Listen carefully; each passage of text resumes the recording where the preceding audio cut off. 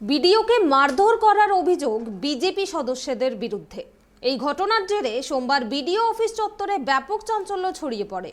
উল্লেখ্য, সোমবার বালুরঘাট ব্লকের ডাঙ্গা গ্রাম পঞ্চায়েতের অনাস্থা বৈঠক ছিল। বিজেপির অভিযোগ, সংখ্যাগরিষ্ঠ না থাকা সত্ত্বেও তৃণমূলের দখলে থাকা ডাঙ্গা পঞ্চায়েত বোর্ডের বিরুদ্ধে বিজেপির ডাকা অনাস্থা মুলতবি করার অভিযোগ বিডিওর বিরুদ্ধে। আর এই ঘটনায় ব্লক অফিসে চড়াও হয় বিজেপির সদস্যরা, যাতে বিডিও অনুজ কুমার শিকদারের মাথায় ও হাতে চোট লাগে। ঘটনাস্থলে পুলিশ পৌঁছানোর আগেই বিজেপি কর্মী সদস্যরা ব্লক অফিস ছেড়ে চলে যায়। বালুরঘাট ব্লকের অন্তর্গত ডাঙ্গা পঞ্চায়েতের মোট সদস্য সংখ্যা 20 জন। 10 জন সদস্য নিয়ে পঞ্চায়েত দখল করে নেয় তৃণমূল।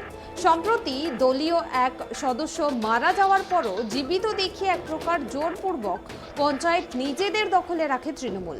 এই ঘটনায় পঞ্চায়েতের বিরুদ্ধে বিডিওর নিকট অনাস্থার ডাক দেয় বিজেপি। আর সেই অনাস্থা বৈঠকে বিজেপির 10 জন সদস্য সশরীরে অংশ নিলেও তৃণমূলের সদস্যরা অনুপস্থিত ছিলেন।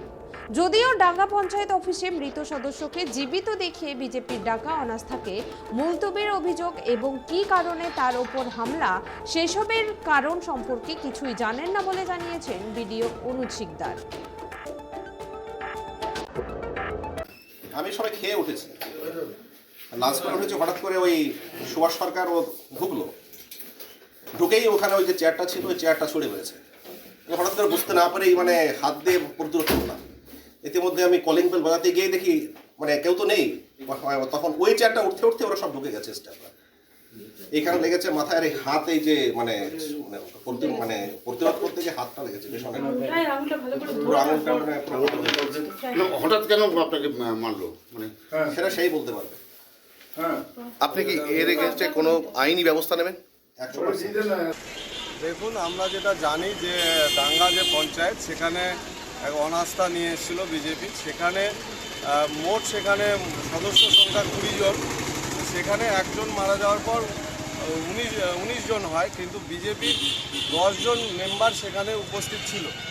অনাস্থা যেখানে চলছিল বিডিও সাহেবের উপস্থিতিতে, সেখানে আমাদের মহিলাদের ওপর নাকি চরমভাবে অত্যাচার হয়েছে।